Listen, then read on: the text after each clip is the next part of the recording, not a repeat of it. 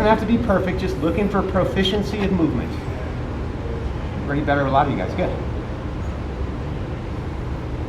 Good. Okay. Good activation, chest up's the cue, all the basic stuff we use for our cueing. Okay, then we demonstrate it with the tubing. The tubing, I think, is actually safer than using a load because you lose resistance as you go into the position they're most vulnerable in, which the most vulnerable position is right here. So with a ball, you've got this force strapping you down. With the tubing, it's on slack, you lose that force. So this is actually safer to do it this way. You get partial range. For a lot of people, it's just this. This is the pattern we're looking for. Progressing more with proving that. And some people can try with the cables, so we spread them out. And then the last thing I talk about is it's actually safer not to anchor it low, but to anchor it horizontally. So if you see someone, there's always a few people who are just awful. Which technique is so bad, so we just cue them this way.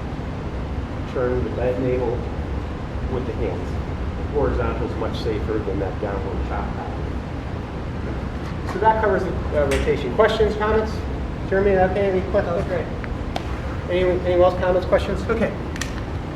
Usually I find that takes you, we're at 3:30 now, we didn't start on time, but usually we're at about 3:40 now by the time we get through here. So I talked to Kate about, normally this should be a 90-minute workshop. So this way you don't feel like you're rushed getting through it all.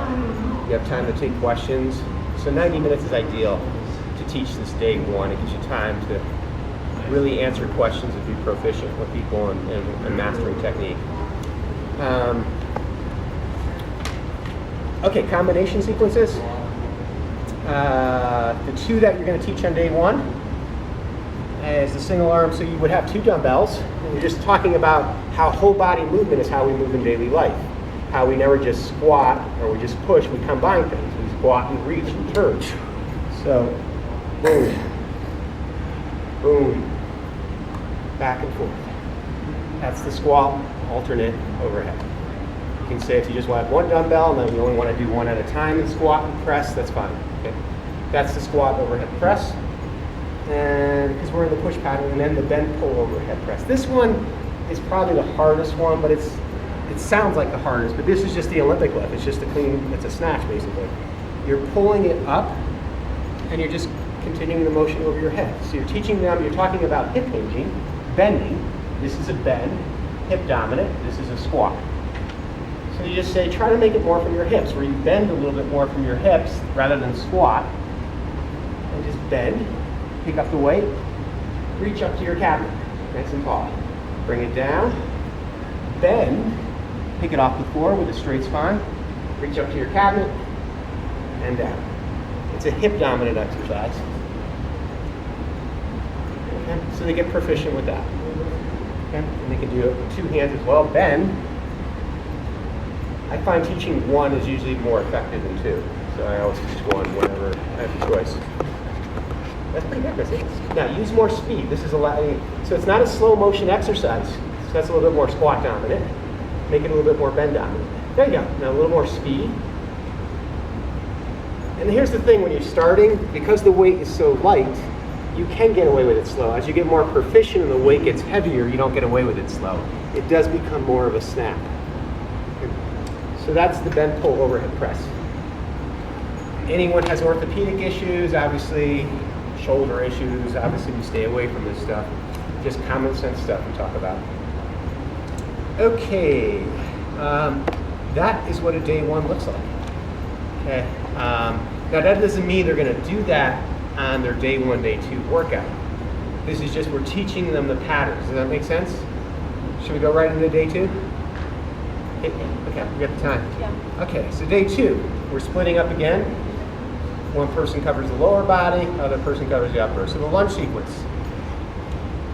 We talk about the difference between a lunge and a split squat. This is how I started. Here's a split squat. The only difference between a split squat and a lunge is what? You take a step with the lunge. Your feet actually moves with the lunge. It just turns into a split squat. So there's that momentary loss of control when the foot's in the air. The advantage of a split squat, why I teach a split squat first, is you have your feet are set, so you can actually rotate. You can set posture much easier when your feet are already set. When you lunge, everything has to instantly set right away, in a millisecond. Otherwise, you lose control. So just explain as soon as you hit. Set your posture, decelerate, down. 3 positions. 1. Let's come into standing, go through it. Forward lunge. Demonstrate again. Wrong way. Toe out, knee buckling in, losing position. Correct way. Landing, decelerate, knee doesn't drive over the foot, push off the heel. Phase 2, if you want to use body weight, hands come up higher. Phase 3, hands behind the head. If you're just trying to master body weight control, which everyone should, that's our message. If you can't master body weight control and stack properly, don't grab the weights. Pretty good. Looking again for 80% proficiency. Neutral spine, not bending over, driving off, okay?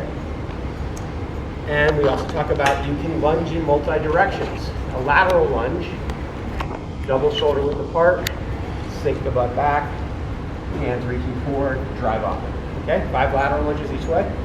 They can start with a small step. Doesn't have to be a big step. You're just looking for that hip hinge. We can also emphasize if it bothers your knees, you don't have to go all the way down. It can be a partial range of motion exercise.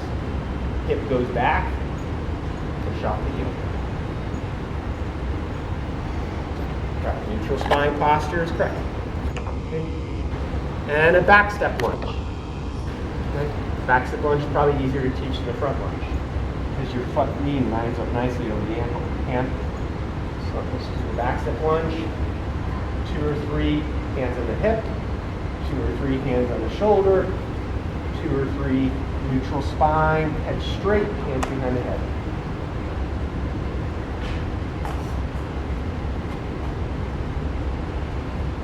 Good.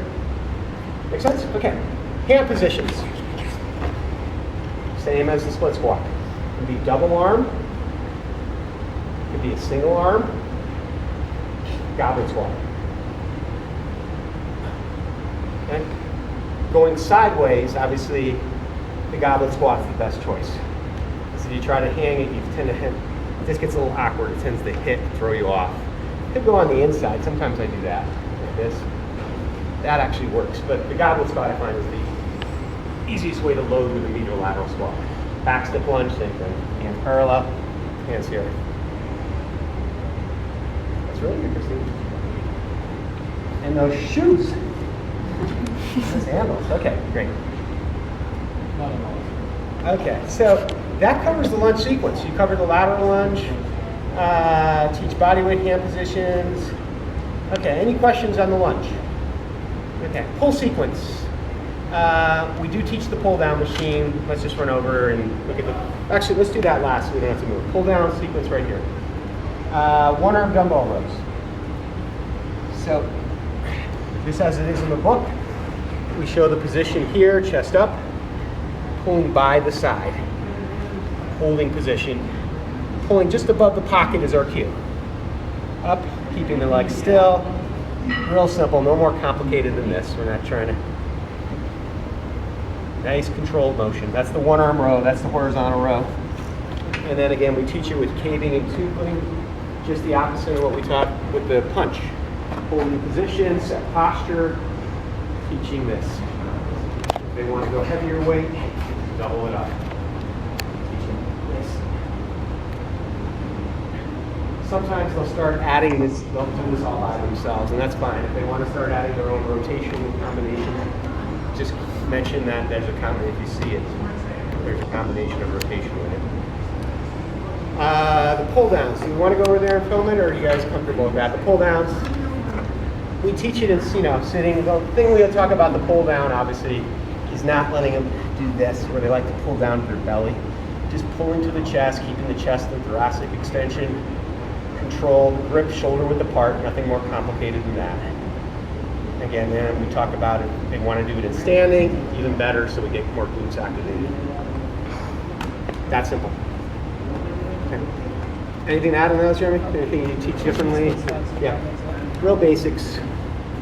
But basics for us. For most of these people, they've never, you gotta remember, This is foreign for a lot of them. So what we consider basic and redundant is new to They them. probably do that one wrong more than the others because they do tend to pull and push the arms down into the lap. Yeah, they pull through the lap, yeah.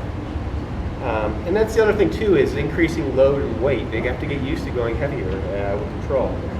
Okay, combination sequence. This is the only one that is probably, in hindsight, I probably would have modified this one a little bit. Again, so we teach you with the cable, and we teach you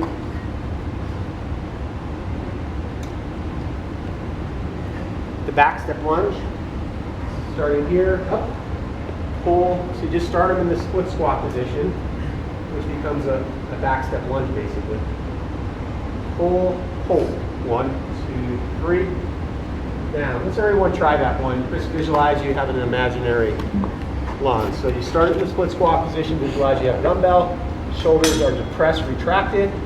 Step up, pull it in, hold position, visualize the rotational forces putting on your body. Release and down. Pull it in. Visualize the force it's creating here as you're fighting for posture. And down. Pull it in. Visualize the force again. It's trying to twist you. You're countering that with good tall posture. Those are the cues. Good. Second one is the squat arm curl. Okay, we'll just visualize this one together. So you have 2 dumbbells. This one you probably have to go with a little closer grip, the stance, because if you use a wide stance, you can see the dumbbell is going to rub your thighs. So just go a little closer than you might. You just squat. Visualize your groceries being put up on the counter. Curl it like that. In terms, I don't get too specific, should it be a neutral grip? Brachioradialis curl, pronate, just curl it. If you want to add the twist in, that's fine. If you want to keep your palms forward, very much like if you were at your house throwing your groceries up on the counter, you're not really thinking about all that. You're just using your body weight and putting the groceries up on the counter. Curl it up. Okay, good. So that's the combination sequence. For those, okay. Power ones, one or back step lunge, okay. Accessory exercises.